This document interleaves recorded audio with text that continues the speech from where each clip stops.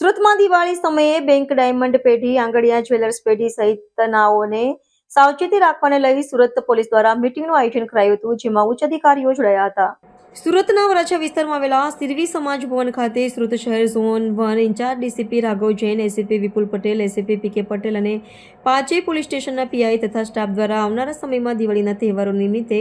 Bank, jewellers, diamond અને આંગડિયા પેઢીના સંચાલકો માટે તકેદારીની સૂચના માટે મીટિંગનું આયોજન કરવામાં આવ્યું હતું, જેમાં સીસીટીવી કેમેરા ડાયમંડ શેપમાં રાખવા અને જોખમવાળા વાહનોમાં જીપીએસ રાખવું, તેવી જ રીતે અલગ અલગ 27 બાબતોમાં DCP zone 1 in charge Raghav Jain द्वारा मार्गदर्शन आपवामां આવ્યું હતું. तो आ मीटिंग में मोटी संख्या में व्यापारीઓ उपस्थित રહ્યા था. जी,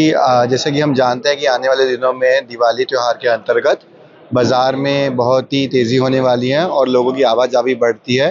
तो इसके स्वरूप जितने भी कंसर्न स्टेक होल्डर्स हैं, चाहे वो ज्वेलर एसोसिएशन से हो, डायमंड एसोसिएशन से हो, आंगड़िया एसोसिएशन से हो और नॉर्मली जो मार्केट व्यापारी हों, तो उन सबको हमने एक जगह एकत्रित करके जो बेसिक सूचनाएं हैं उनका हमने अवेयरनेस कैंपेन करवाया आज यहाँ। बेसिक सूचनाएं जैसे कि जितने भी ज्वेलर्स और हीरा बाज़ार की जगहें हैं वहाँ पे बेसिक सीसीटीवी होना चाहिए।